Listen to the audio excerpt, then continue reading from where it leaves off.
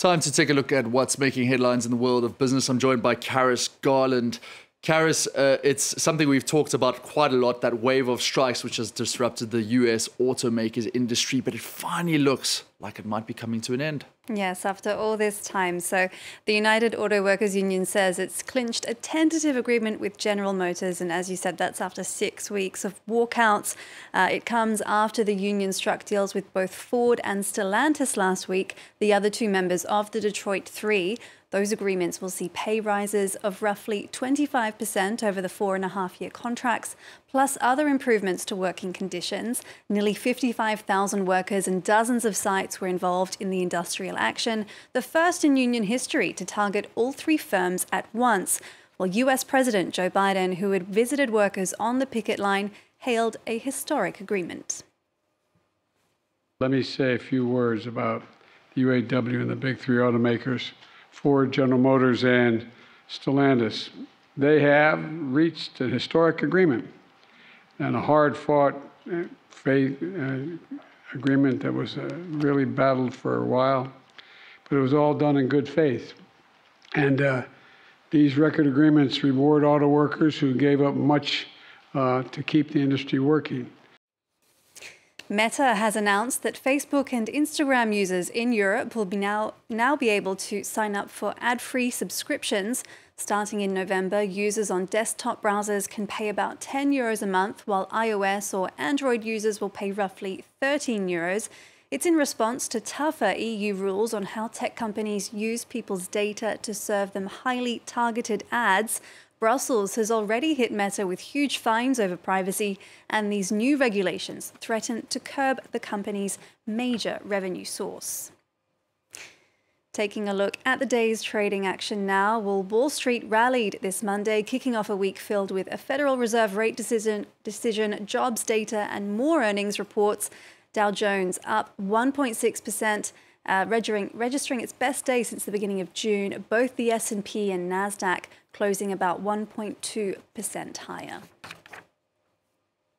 A Hong Kong court has given Chinese property giant Evergrande one last chance to come up with a new restructuring plan or face liquidation. A judge pushed back the firm's winding up hearing, originally scheduled for Monday to December 4th.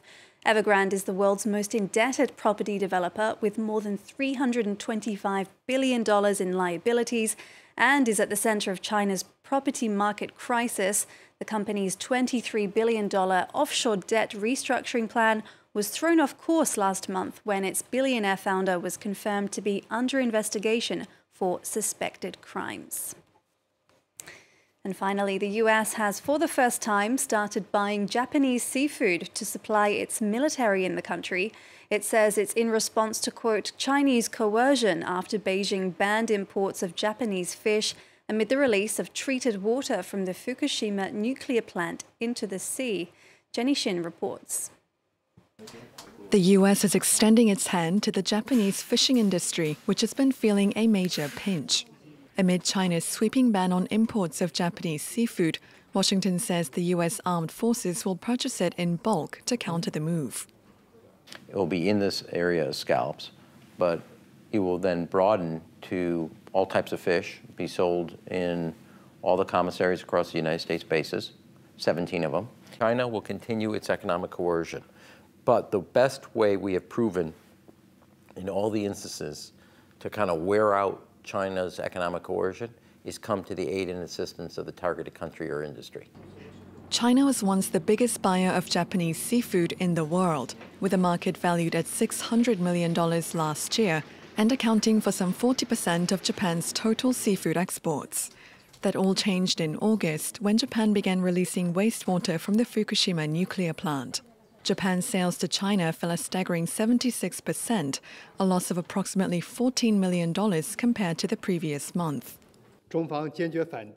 China consistently and firmly opposes Japan's release of contaminated water from the Fukushima nuclear plant into the ocean.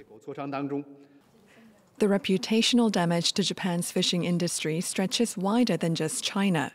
The government has vowed to protect the sector at all costs, announcing emergency rescue measures valued at $140 million, which aims to develop new sales routes to Europe instead of China. I don't know, Jean-Emile, Japanese scallops seem pretty good to me. I completely agree. I have to say, I'm getting a bit hungry just thinking about that. Not obviously those images of the fish on the ships there. That is the business there with Karis Garland, but